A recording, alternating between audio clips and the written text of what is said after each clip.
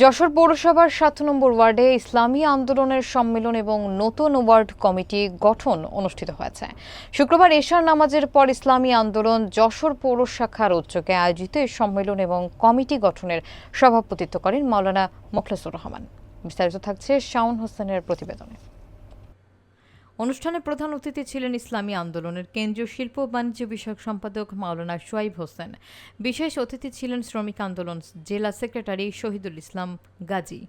এছাড়া উপস্থিত ছিলেন যশোর পৌর শাখার সভাপতি মোহাম্মদ শামসুদ্দিন বাবু, সেক্রেটারি আব্দুর রহিম, সহ সেক্রেটারি অলিউর রহমান সহ সংগঠনের অন্যান্য নেতাকর্মীরা।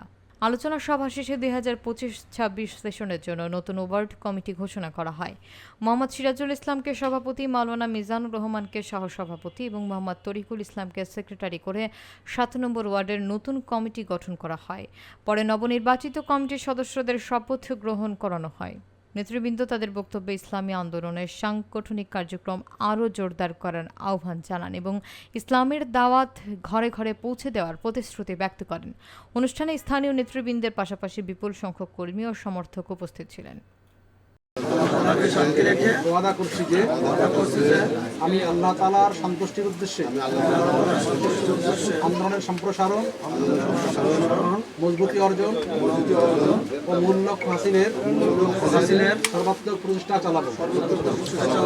আন্দোলনের নীতিমালা ও নিয়ম শৃঙ্খলা যথাযথভাবে মেনে চলব। আমার উপর অর্পিত দায়িত্ব ও আমানত যথাযথভাবে পালন করব।